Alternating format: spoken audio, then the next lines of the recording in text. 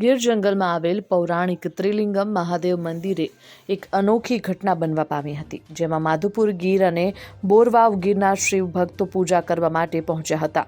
12 ફૂટ લાંબો અજગર દેખાયો ત્યારે આ અજગરને જોઈને ભક્તોમાં ભયનો માહોલ સર્જાયો હતો. અજગર પૂજા દરમિયાન ધીમે ધીમે પસાર થઈને જંગલમાં ચાલ્યો ગયો અને ભક્તોએ નિર્ભયતાથી પૂજા ચાલુ રાખી હતી. આ મંદિર ગીર જંગલના દુર્ગમ વિસ્તારમાં આવેલું છે, જ્યાં સરસ્વતી અને કરકરી નદીઓનો સંગમ થાય છે. નદીઓને ઓળંગીને ટેકરા પર આવેલા આ મંદિરે પહોંચવા માટે ગાઢ જંગલમાંથી પસાર થવું પડે છે.